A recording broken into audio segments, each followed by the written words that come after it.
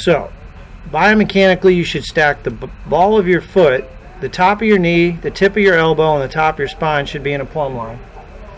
The shaft should be at approximately 45 degrees or thereabouts. That's 56. But basically, the end of the club should run right at your belt line. Okay, that helps. Thirdly, your arms should hang straight underneath your shoulders at a 90-degree angle. You see how his arms are directly under his shoulders? Okay. Now, you have a lot of knee flex. And depending on your biomechanics, I have to check your arms relative to your height. If your wingspan is shorter than your height, you would have more knee flex because it would take you more knee flex to get down. I have short arms, so I have to bend my knees a lot. But you can see how your knees are over your toes. Well, that's excessive bend. Okay. So, what should you look like? Oh yeah, I see it. See, he has less knee flex there. Mm-hmm. Now, he's tall and he bent over a lot more. But basically, the top of the knees are going to be over the balls of the feet. Okay. And in your case, looks like the top of your knees are Over the toes. over the toes. So you have, I would say you have too much weight on your heels. Now, let's take a look at your swing plane. Now, everybody's swing plane is based on their biomechanics. Now, follow me on this. If your forearm exceeds your upper arm in length, the angle of your swing will be steeper. That's just from talking to biomechanical people. If the humerus to the elbow is longer than the forearm, the club will come down on a shallower plane. If your arms are 4 inches longer, the wingspan exceeds your height, you should have a high swing. My wingspan is 2 inches shorter than my height. My swing is lower.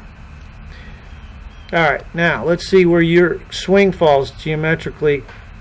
Your hands are too high. They should be lower. The club goes outside the plane. It should go back if you watch. Now these are there's a million ways to swing the club. This is not like this is pretty much conventional. I'm just showing you conventional. You can do it a lot of different ways.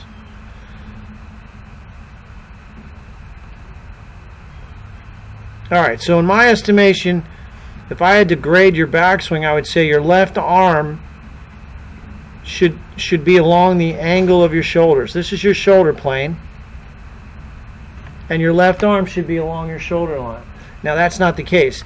In your case, here's your shoulder plane, 37 degrees. Here's your arm plane, 55 degrees. I would like to see your arm and your shoulder plane be the same. Okay. Now, why do I want that? Because watch what happens when you come down. That's off plane. It's too steep. You should be in the cone. So your angle of approach is much too vertical. And so as a result, the shaft is much too vertical relative to the address condition. So, what's the goal? Well, if that's address, watch our pro here.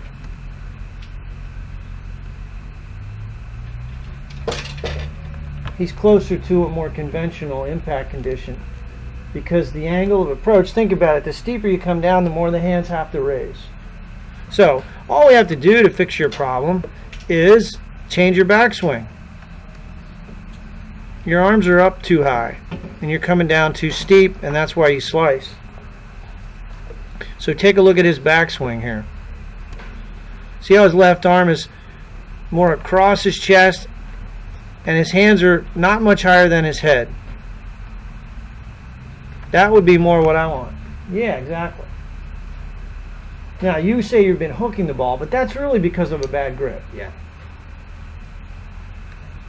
Let me show you another picture of the grip. Alright, so this is another pro. I'm going to zoom in. You see how his hands are fairly unified and close together there? Mm-hmm. So that would be another example of a conventional grip.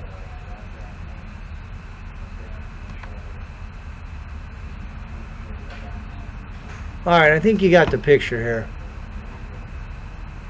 I think. It all makes sense. It's just doing it, like you said. It's easier. Yeah, but look at that grip. So just work on your grip. You know, get a little more conventional. You can do it though. I mean,